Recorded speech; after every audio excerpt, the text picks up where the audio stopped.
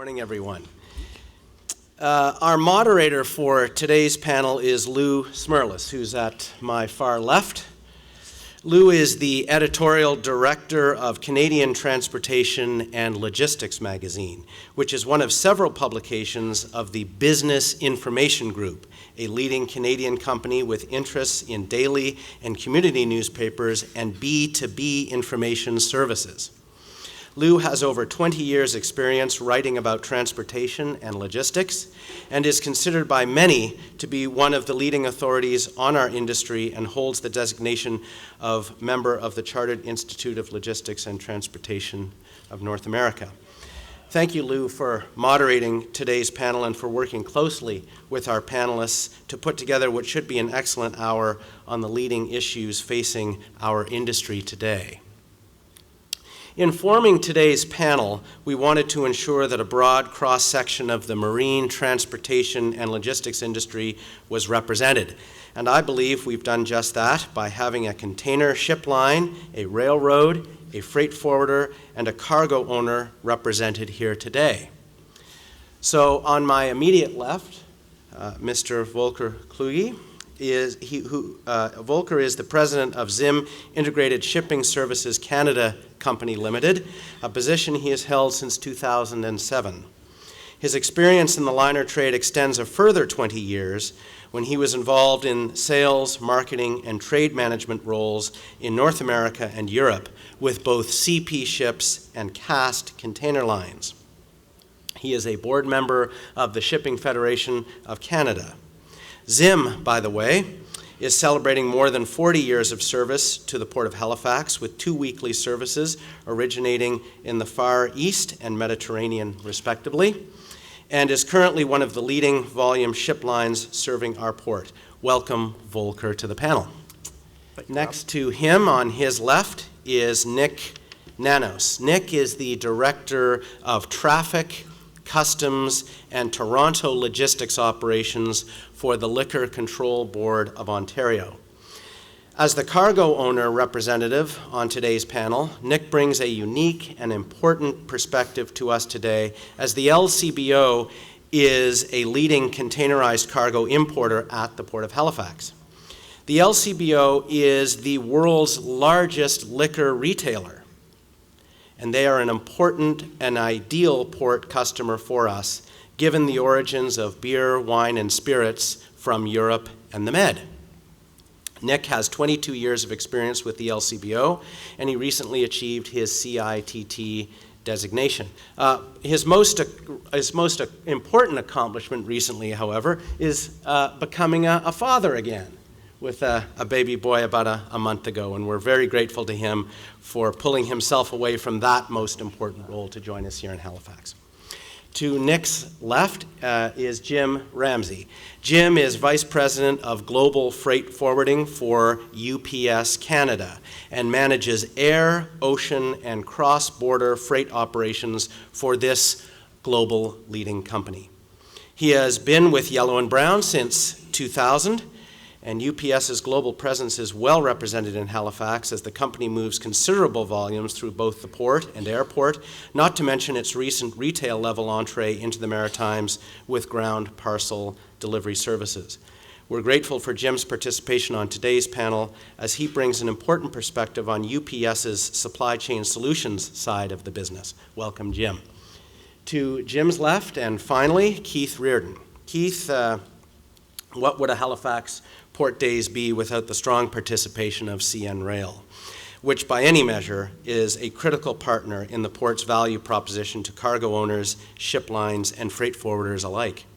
Keith Reardon was appointed the Vice President of Intermodal Services for CN in May 2012, just a few months ago, and oversees all aspects of this important link in the supply chain. Prior to this, he was Vice President of Supply Chain Solutions for CN. Past experience in our industry has included senior roles in logistics companies outside of the rail transportation sector. Welcome to the panel, Keith. So without further ado, Lou, over to you. Thank you, Rob. It's great to be here. Good morning, everyone. Great to see such a good turnout. Great to see some familiar faces in the crowd, and also to make some new friends. When I was asked to be part of this, I said yes right away, even though it's my birthday today. Happy birthday. Thank you. And the reason I said yes, two reasons actually. Number one, because we had a great panel. And number two, because we were going to get an opportunity to discuss the issues that I know are important to you, particularly at this time of the year when you're looking ahead and you're trying to figure out things such as, what's the economic forecast like? What are freight volumes going to be like? What are rates and surcharges, capacity? How are those things going to affect our business? And we're really going to get a chance to get into those issues. And as was mentioned, we're also going to be able to get a lot of feedback from you as well. So really looking forward to the next hour, and we're going to get started right away. Now, gentlemen, let's start by looking ahead a little bit. We are in what appears to be a very fragile and a rather volatile economic recovery. And both shippers and carriers are struggling with what to expect in the year to come. I want you to look at your own organization and what do you see as the main competitive pressure that's going to shape your business in 2013? Nick, I'd like to start off with you. Okay, well, from a pressure perspective, I think there's a lot that's going on in the world. We're a retailer, an importer that brings in product from 80 different countries. So what happens elsewhere has a huge impact on our business.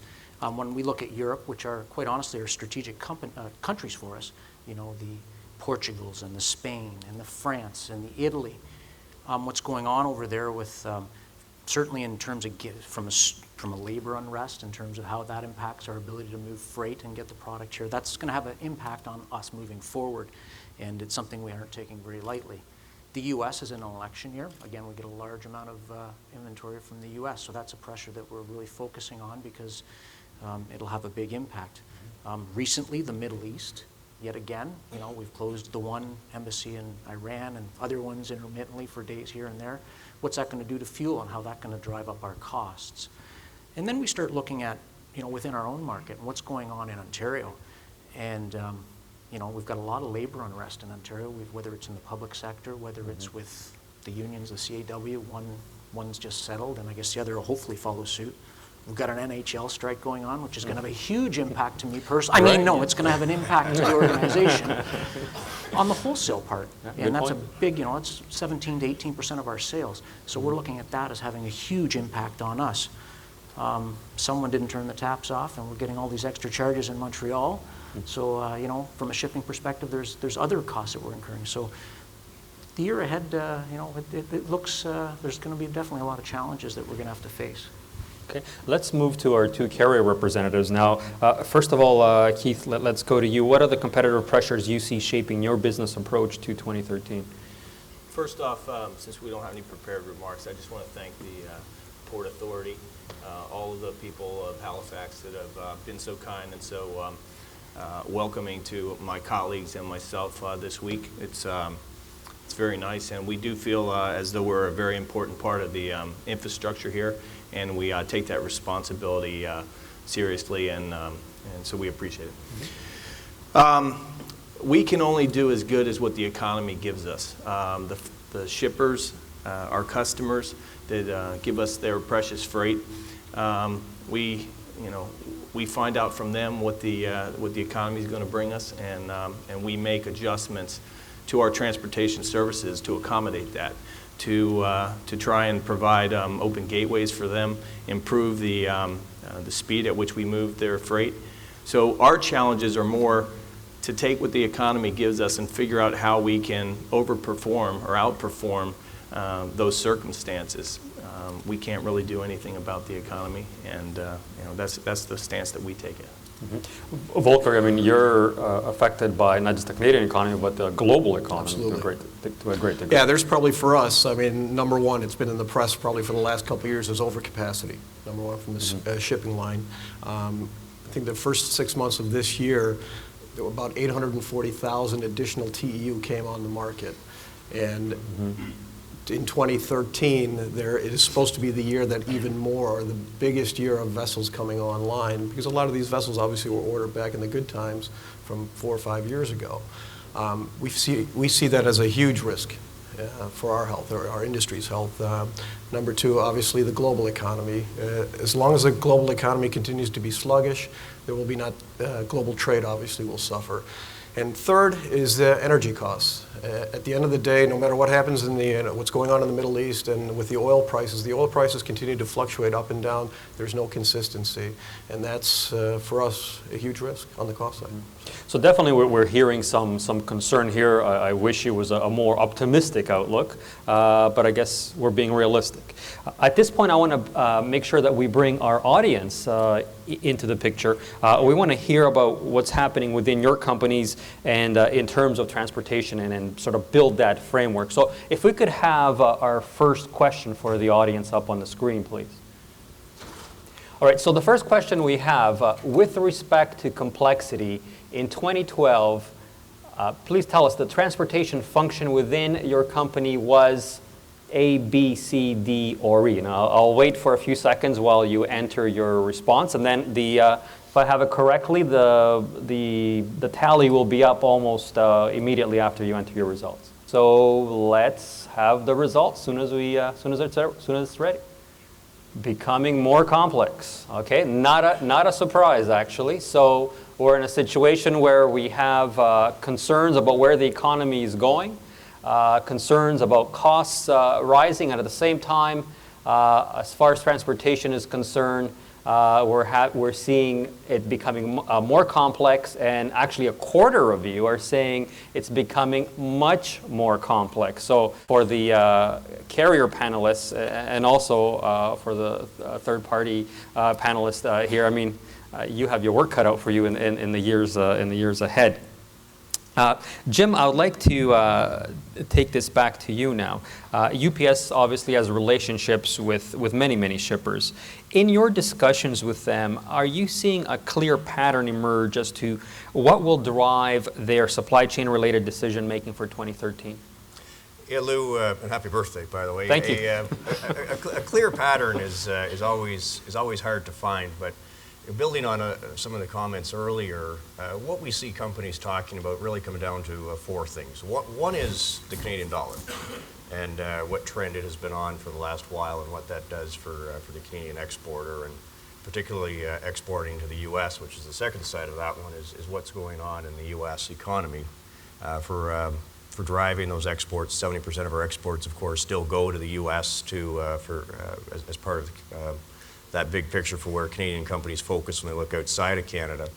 Europe, there's a lot of things going on with Europe that have an impact on supply chains and capacity and whether or not capital is going to be available and how people are going to finance growth in the future. And then the final one that's really started to come up a little bit has been the potential slowdown in growth of emerging markets.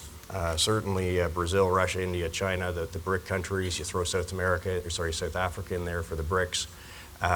You've seen a few stumbles this year in those economies, and what that's creating for companies I talk to is a high level of uncertainty, and with that uncertainty comes a whole lot of caution, and so the caution manifests itself in a couple of ways. One is they're not willing to invest as much. And secondly, what they're really driving towards, and we were chatting about this a little bit before the session began, being razor thin on inventory levels. Mm-hmm. And one of the things where the way that's manifesting itself in the transportation world is we're seeing smaller orders, quite often some of the same volumes we've seen in previous years, but broken up into smaller quantities. And what that comes down to is people not willing to take the risk for the big order, not knowing how quickly they're going to be able to sell that through, mm-hmm. or producing ahead of time, not knowing how quickly they can push that outside of the country. So that's the one aspect of it. The other thing that I see as I think a great pattern, and certainly Canada's well positioned for this, is looking outside of Canada's borders, not only for new markets for manufacturing, and believe it or not, Canada still does have a manufacturing industry, despite what you read in the media, and also for our imports. So it ties in with the complexity, because what I see a lot of people having to look for are new sources, new ways of sourcing, having to do with infrastructure in countries they're not used to, as well as a whole lot of caution about how much they're willing to invest to get into that. Mm-hmm. Thank you. Before we move to the next set of questions, I also want to go back to the audience one more time, because again, I want to understand what is shaping your challenges. If we can see the next question up, please. All right. So for this year, your shipping requirements were becoming much more demanding, C, D, and E options. So if you could take a moment to fill that out. Keep in mind, in our first question, we were saying that customers were becoming much more demanding. And now we're seeing a situation where, again, similar, basically, more than half of our sample here are saying that shipping requirements are becoming more demanding in their operation. All right, so folks, keeping those two survey questions from the audience in mind, when looking in relation to transportation and logistics, what's your top priority for your company heading into 2013? Nick, let's start off with you again. Well, our top priority is efficiency. We're calling it the 3 E's, and that's how we're branding it to our team, because it's efficiency, it's ergonomics, and it's environmental. So from a logistics perspective, we're looking at a lot of automation in our retail service centers. There's efficiency, there's cost savings with that. Ergonomically, there's a lot of gains. We have our workforce is getting older, and there's a high instance of lost time injuries due to musculoskeletal type injuries, so that'll help us with that. So we're doing things at all our different facilities in that regard. From a transportation perspective, we're doing exactly what Jim referenced in terms of our buying patterns have changed and how we're procuring our inventory. So, we're buying a lot more less than container loads, less than truck loads, to kind of find that sweet spot, because at the end of the day, our owners have a $15 billion mortgage that we got to help them pay. Right. And that's more money that we can give off to them. So that's a huge priority for us. And then, of course, from a strategic perspective, we're constantly looking at different modes. So whether that's increasing water transportation on certain lanes of traffic, or rail with out of other lanes. As an example, here in Halifax, there's good infrastructure with CN, and those are definitely good opportunities for us. So, okay, Keith, let's go over to you. What's the top priority for your company heading into 2013? Specifically on my part of the business, this is key because we are such a large growth segment for CN, is meeting and exceeding the customers' expectations. All of our customers have, especially on the overseas market, have quite a few headwinds, and it's our duty to talk with them, try and figure out where we can help them, whether it's opening up new gateways, entering into new markets with them, improving the speed and reliability of the service, creating new products for them. Some of the new products that we're getting involved with are things that we haven't done before. So we're innovating, we're collaborating. So, that's the knock against railways in the past, is that we're kind of set in our own ways. So it's something that Claude and the leadership team have been putting forward over the last 3 years. And it's a continuation of that, is that we're innovating, we're collaborating, and we're listening to our customers, and we're trying to help them perform better in the markets that they're going after. Okay, Volker, what do you? Yeah, I was going to jump on what Keith was saying. I mean, we're always looking to improve our efficiencies, but we're looking at different markets, trying to improve our business. Case in point, we're working with our partners together to try to find new business opportunities, and we recently had some success here in Halifax, actually, with in the previous panel, the Logistech was up here talking about stuffing opportunities. We got together with one of our larger forest product customers. The railroad came to the table with the opportunity, Logistech came to the table, we did. We were able to move business away from the Port of New York to the Port of Halifax, and I think that was a win-win for everybody. And I think that's the trend that we're trying to do, is together with our partners to get other business opportunities or better business opportunities for 2013. So we seem to be pretty much in agreement that working on improving efficiency is a key priority. I want to turn it back to the audience because now I want to hear from you what you feel should be priority for 2013. Can we get the next question up, please? So in 2013, a shipping company's top priority should be A, growth, B, maximizing asset utilization, C, maximizing profitability, D, increasing customer satisfaction, or E, reducing costs. Let's have your answers, please. Okay, so definitely increasing customer satisfaction. The top one, followed by a distant second, maximizing asset utilization. Interesting, 16% of you said maximizing profitability, and 11% said reducing costs. And Jim, that kind of relates to the next question I was going to ask, and I was going to go to you for that one. A lot of times when I'm speaking with carriers of all modes, one of the things they point out is that we've really taken it on the chin over the last couple of years of recession. We're seeing our costs rise, so we really do have to put an emphasis on reducing our costs and improving our profitability. Jim, you have to play on both sides. I mean, you work with both of the carriers and the shippers. Can you see a way for the carriers need to bring their costs into line to bring their profitability up, and also shippers' needs, to maximize their efficiencies, keep their own costs low? Is there a way to bring those two lines of thought in sync? And if so, what's the best way to do so? Yeah, and Lou, I'm not so sure when you dig deep enough into an organization that there is that big of a contrast between what everyone wants. I mean, many leading organizations are very much focused on sustainability. And sustainability, we often just paint that as being green, which is a key element of that. But it's also making sure you've got a business model that works not only today, but in the future. You need a business model that will get you. UPS has been around 105 years.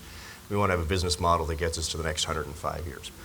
And our point of view when we're working with customers is we want to give them that kind of stability for where they're going. Mm-hmm. Where you sometimes run into the challenges when you get right down to it of the grind of the rate negotiation at the front line is quite often you forget some of the longer term business issues you've got.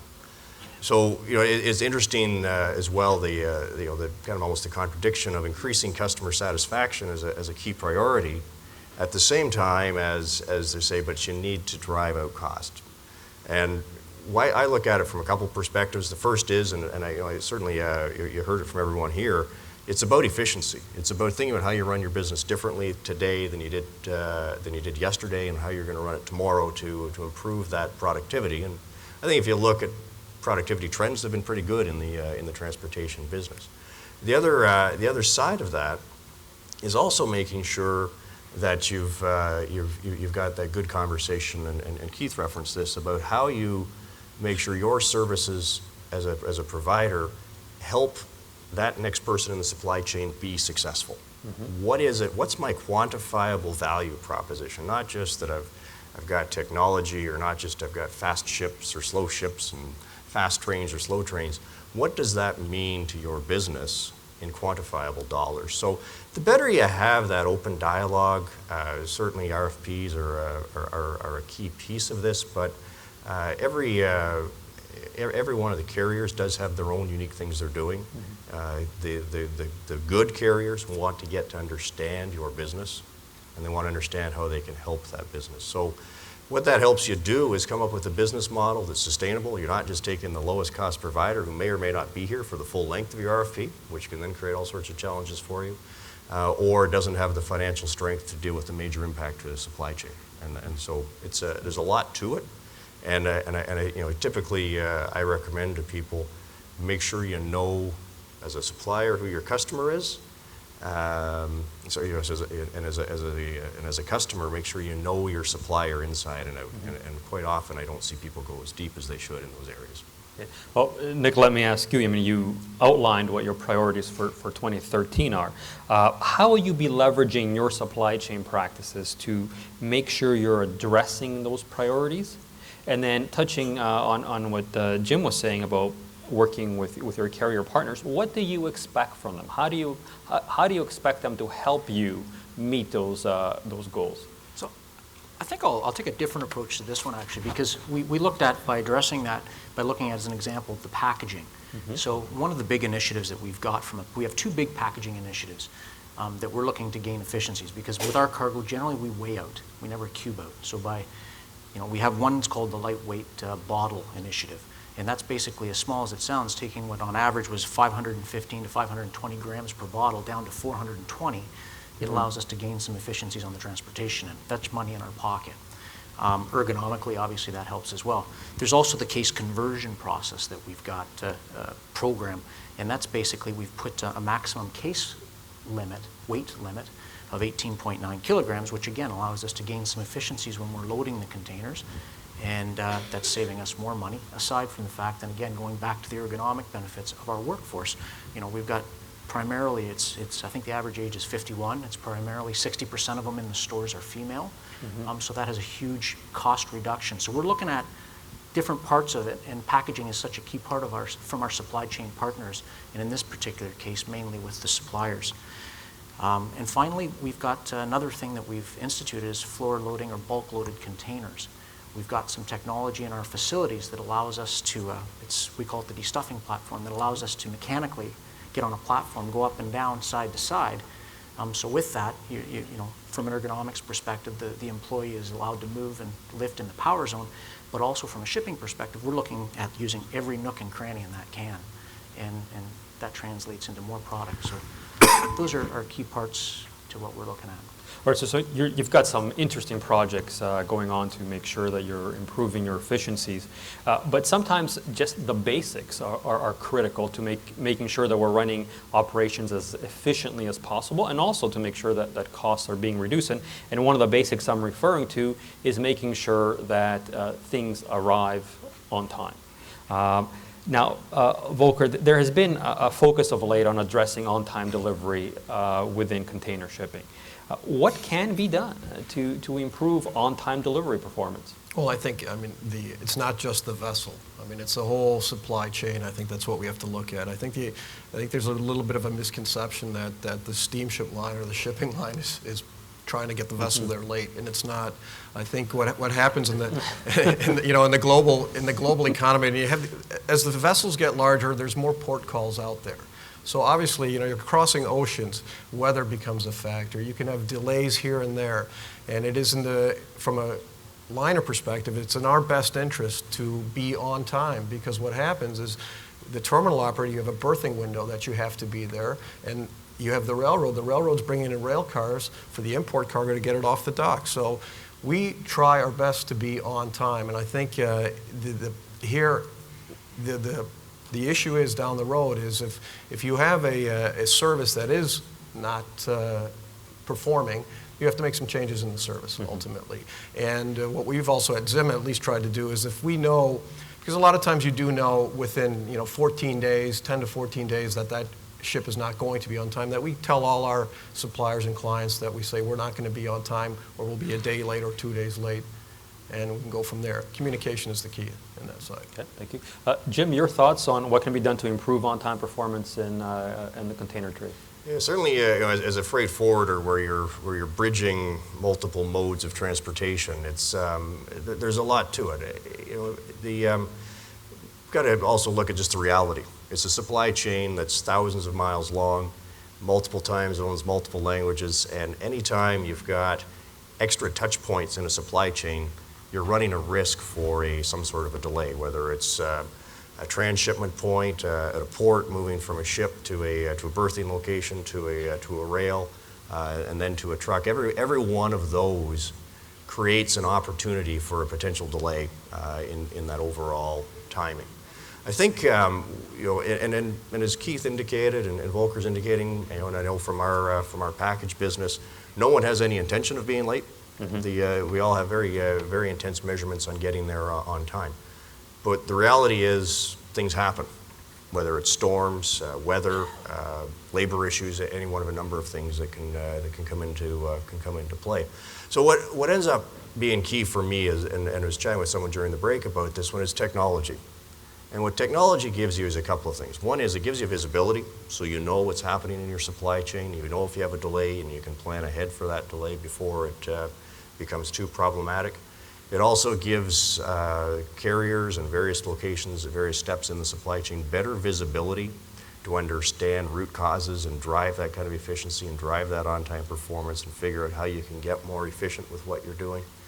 And probably the final thing that I've recommend every time I get a chance is make sure you're planning your supply chains to mitigate that risk. Mm-hmm. All eggs in one basket is never a good supply chain. And if you look deep enough, and we're seeing some of that happen this year where people are putting a big chunk of their inventory on the ocean where they might have typically moved it in the air, but they're still moving a little bit in the air, but not as much as they might have. We recently launched a new service to address that called our Preferred LCL service out of Asia into the US and Canada. And the concept was to take classic LCL, but give it a faster transit time, in some cases up to 30 to 40% faster than normal LCL offerings. And but the key thing that it gives is a very reliable transit time. And that's how you mitigate some of that risk, is you might take a slightly more expensive mode of transportation to make sure you can address immediate needs, and use a different mode of transportation to it's more cost effective for some of those longer term needs, where if something goes wrong, you're not in a desperate situation. Keith, I want to bring the conversation back to you. I want to talk about the Rail Freight Service Review. Certainly has captured a lot of media attention over the summer, and there's legislation being prepared. In your view, does there need to be a legislated solution to make the improvements to rail service that are required? Let's kind of review what's gone on over the last 3 years. In our customer-focused surveys, we had issues, and we've addressed those issues over the last 3 years. We've worked with all the parties in the supply chain, ports, port authorities, third-party operators at different types of transload terminals, the customers throughout all of our different markets that we manage and haul freight for, and we've established service level agreements with all of those folks. We've tried to understand what are the issues and resolve those one at a time. Whether it was infrastructure issues where we've added capacity, or whether they were just process issues. We've spent a lot of time fixing things over the last 3 years. And we've done that in a commercial atmosphere where we're working together, and we've solved it commercially. We feel that a regulated type of atmosphere will hurt that process. We feel that it's an unnecessary burden to the commercial process, and we're not in favor of it. I've spoken to a lot of customers over the last 4 months of my new role, and they see the direction that we're headed is very good, and I just don't think that the regulation is required. So if we are going to have regulation, what would you like to see in it? If there has to be regulation, what would you like to see? We'd prefer to see a commercial approach. We tabled some things with Mr. Denning, and he went through the process with the review. And so those things that are in were our suggestions. That's what we'd like to see in. Okay. Nick or Jim, any comment on what you would like to see coming out of Ottawa? I'll start, and then Nick, you can add in. The issue of the rail lines, and I think you need to look at that in a bigger context of where transportation across different modes has evolved over the last, let's say, the last decade, but more particularly over the last 5 years, around the concept of service level agreements, around the concept of taking the technology and turning that into real life things that help, real life tracking and tracing, right down to specific SKUs so people can plan their supply chain better while products in transit. And I'm contrasting that with an earlier comment who said where customers are pushing their inventory super thin. And, there's a lot of best practices out there that have been put in place in the trucking industry, certainly the courier industry, the ocean carriers, particularly working with their beneficial cargo owners, are doing really well, and air freight. So there's lots of opportunities out there for taking those learnings and putting them in place in the rail industry. Whether or not that needs to be a legislated answer, I don't know. I'd leave that probably to the rails and the government to work out what the right answer is. But the models are there, and I think it's the same thing that my customers are looking for. I'm looking for from CN, and the better they provide that, the happier everyone is in that supply chain. Okay. Any other comment on that question? I would just echo that.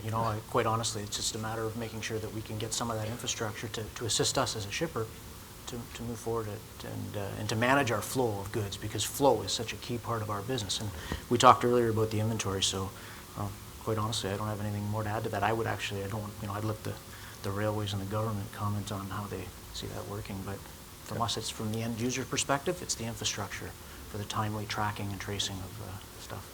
Okay, thank you, gentlemen. We're now going to move on to the next section in our questioning. We're going to look at freight volumes.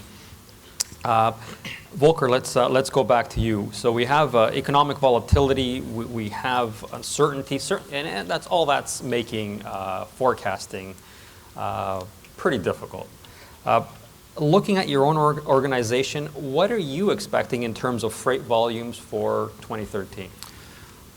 Despite us being very pessimistic, we do see about a 3 to 5% growth moving forward in 2013. I mean, there has been, in certain markets, there has been a bit of growth moving, even out, if we look at what happened already in 2012.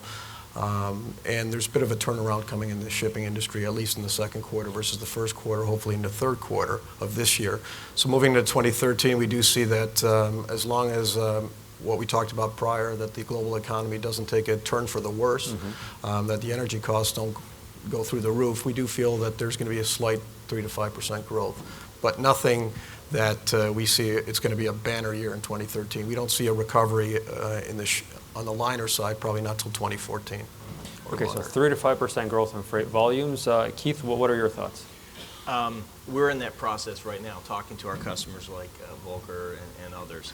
And we do that at this time every year. We prepare our plan as to how we're going to roll out our assets and our people to accommodate that growth. So as far as a 3 to 5% number or any number, we're not sure right now. We are in that planning process.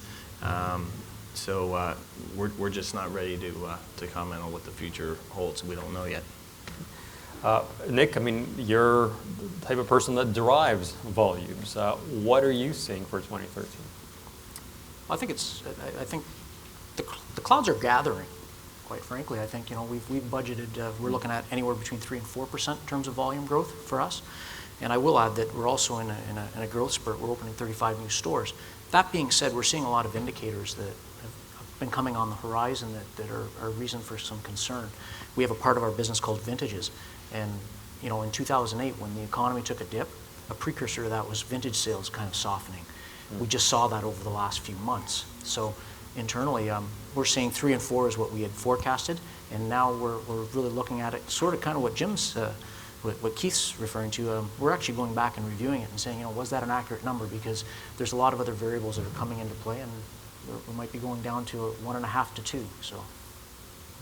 I want to bring it back specifically to this area, to Halifax.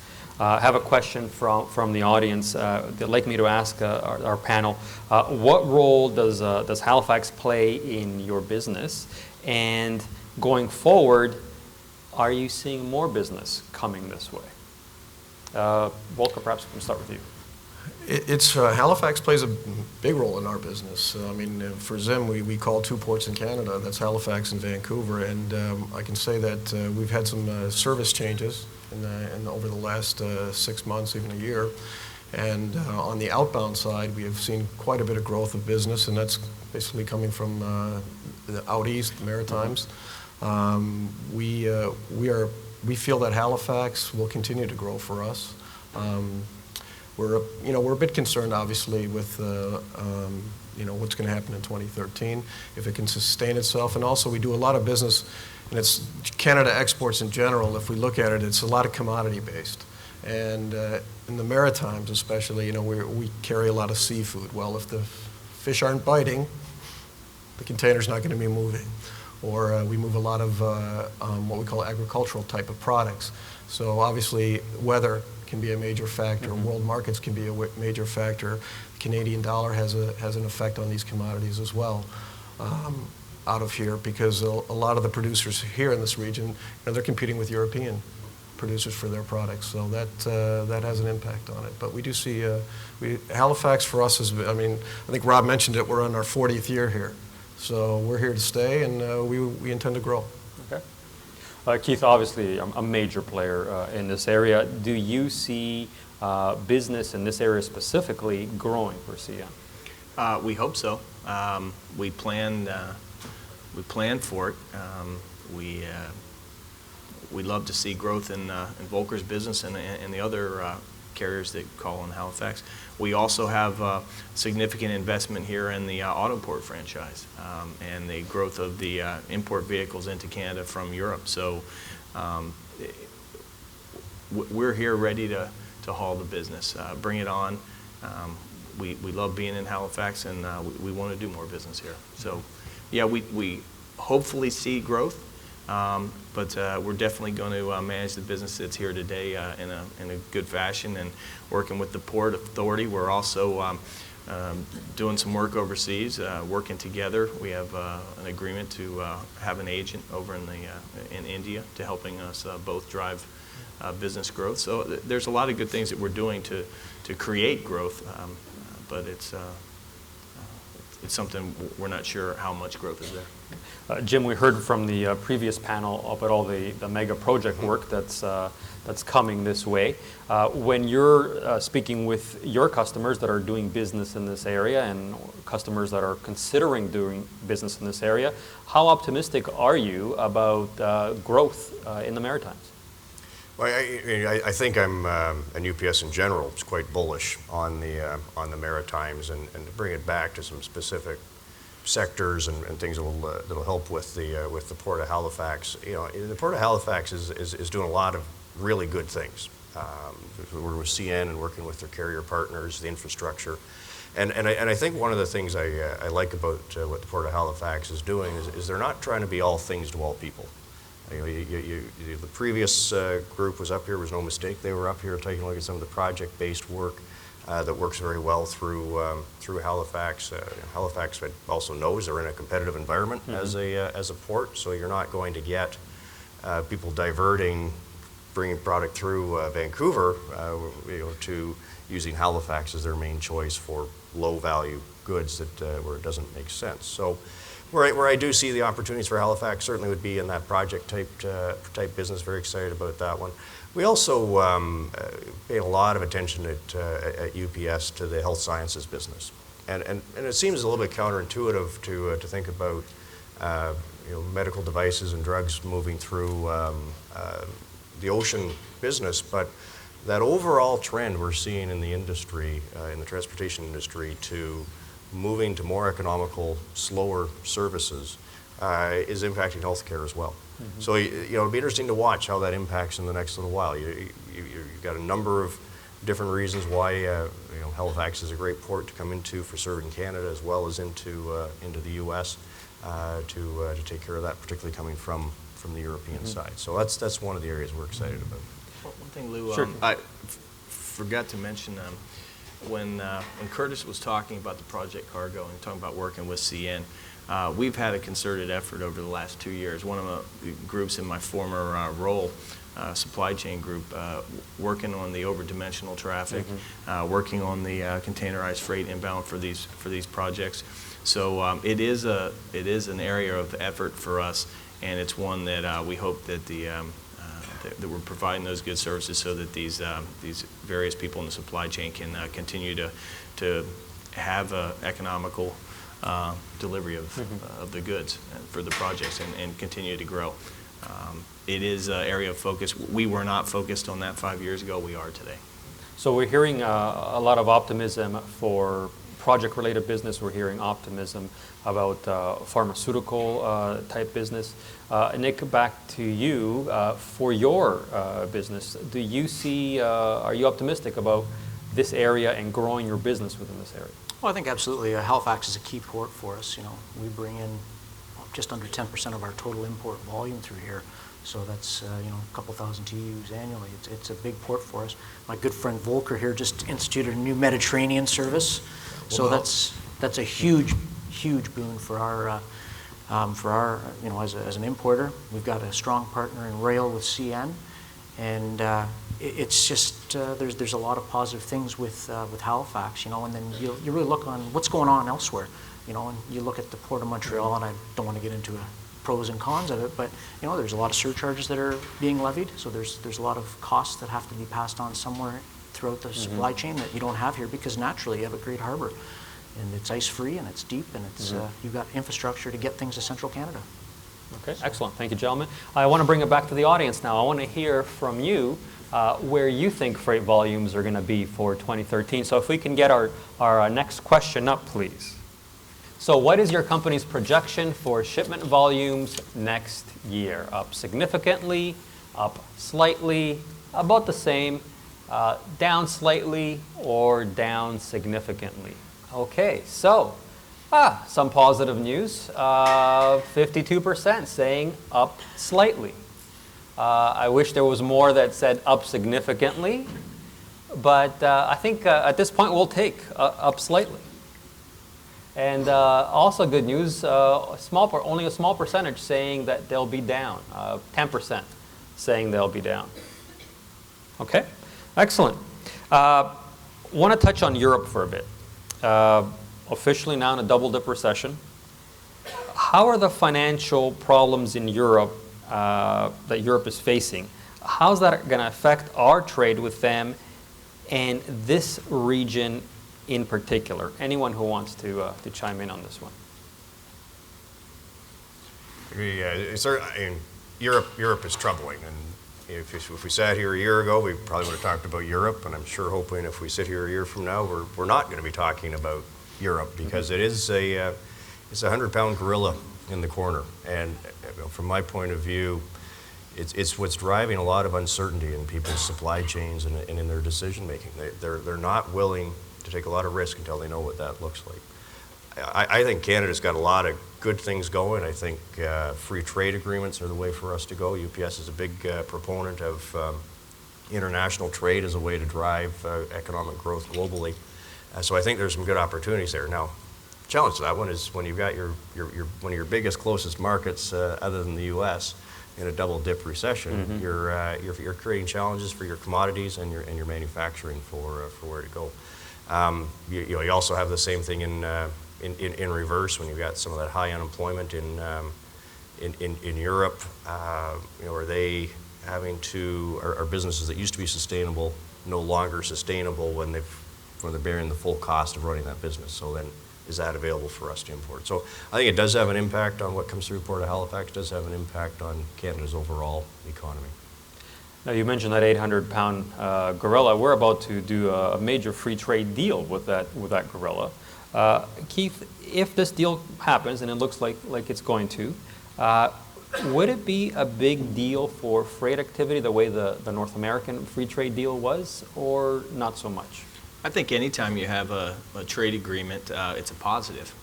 And depending upon how the economies of both of those countries or regions, depending upon how the agreement goes, it's not going to be, you don't measure it the first year, you don't measure it the second year, you measure it over a period of time. So I think it's a good thing for us. Okay, excellent. I also want to talk about maritime trade with Asia and the Indian subcontinent. We heard earlier how much more important that is becoming to this port. Now we're looking at doing business through the Suez Canal and using that as a way to lessen our reliance on North American markets, particularly at a time when the U.S. is not as strong a trading partner as they used to be. So we're seeing now about 45% of total container cargo handled in Halifax coming from Asia. In your view, Jim and Volker, I'll put this question to you. In your view, how far can we go with this? How big can Asia become in terms of importance? I think it's probably unlimited to a certain extent because just the population base that's in Asia.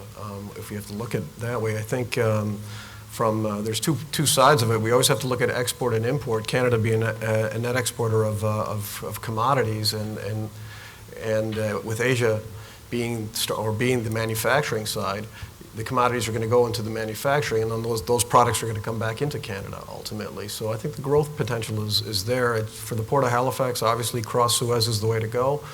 A case in point, we just started this med service, but probably half the carryings are coming from the Indian subcontinent. Mm-hmm. And that just goes to show that where the volume is or the way the trade lanes are going. So we do see, I see it as a growth area. What I like about it is it represents that trend that Canada needs to do, which is diversify. Mm-hmm. And we need to diversify on the exports, where we're sending our commodities and our manufacturing to the extent we have it. And at the same time, making sure that we are bringing the best economical products into Canada, mm-hmm. regardless of where they are. And it's a big challenge to work through all of that in terms of global trade. But the fact that we've seen that growth out of Asia through Halifax, to me, is it's a good indicator that we're headed in the right path. We're getting more diversified with what's going to impact our economy. Still not completely there, but when you're looking at what Canada's trying to do right now, is we're trying to get as a country, trying to get a bigger piece of the global pie in terms of what we're doing as a country. So it's good steps. I like it. Let's talk about the Panama Canal as well.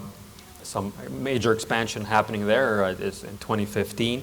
Definitely will play a role in determining future shipping patterns. What impact do you see that having on North American shipping patterns in general and on this area in particular? Anyone on the panel who wants to jump in on that? Well, I think of the Panama Canal expansion, first and foremost, will probably affect the U.S. West Coast trade, if anything, that you're going to see a lot more cargo that is currently moved by rail, say from LA Long Beach across to the U.S. Midwest and markets mm-hmm. like that the vessels will now come into places like New Orleans, Mobile, Houston, South Atlantic. So that trade will start changing a bit. In this area, I don't think, if we're talking just the maritime provinces here, I don't think there's going to be that much of a change, at least in the beginning, until the shipping patterns start to work themselves out.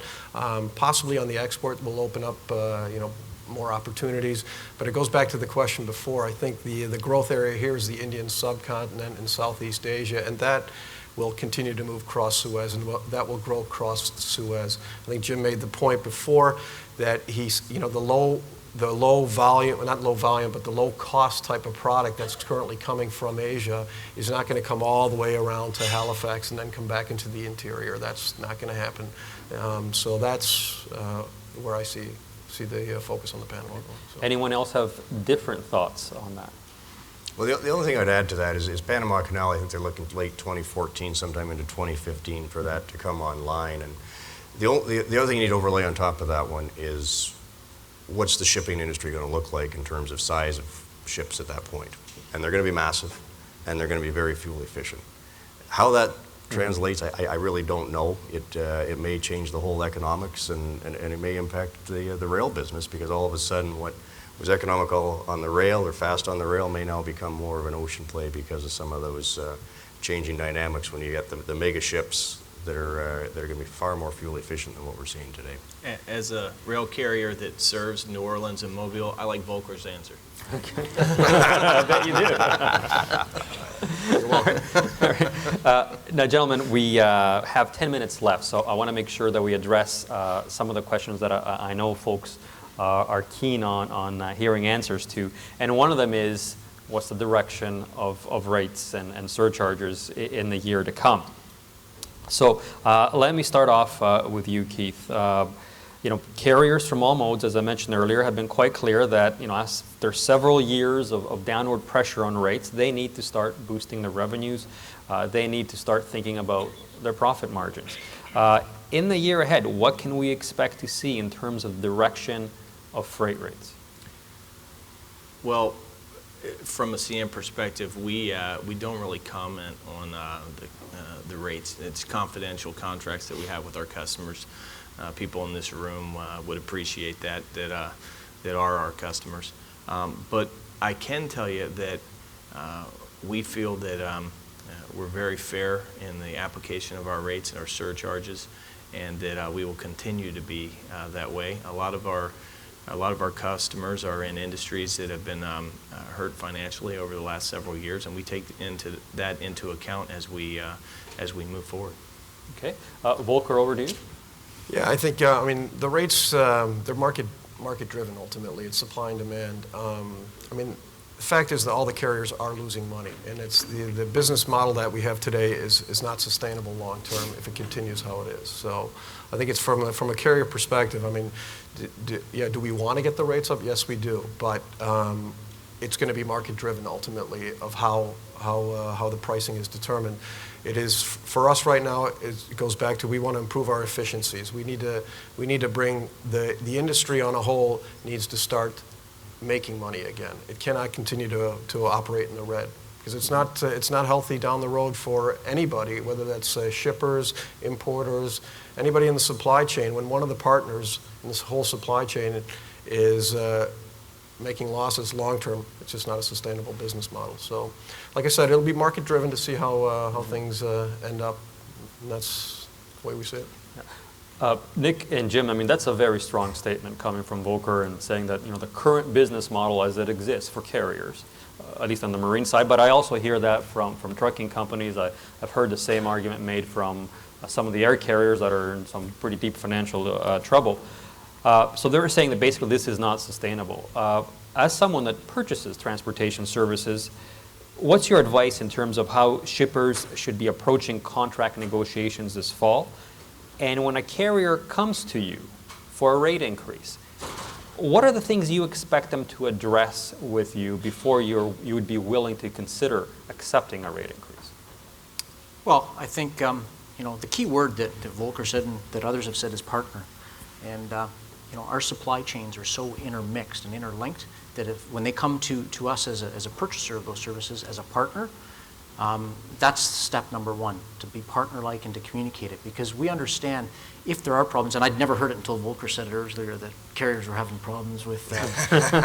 News to you, huh? Yeah, none of the 40 people tell me that on a regular basis. But it's exactly right, because, my dad was self-employed his whole life, and he used to say, son, you can't sell from an empty wagon. Well, if I can't get the goods, I can't execute our marketing programs, and our business depends on it.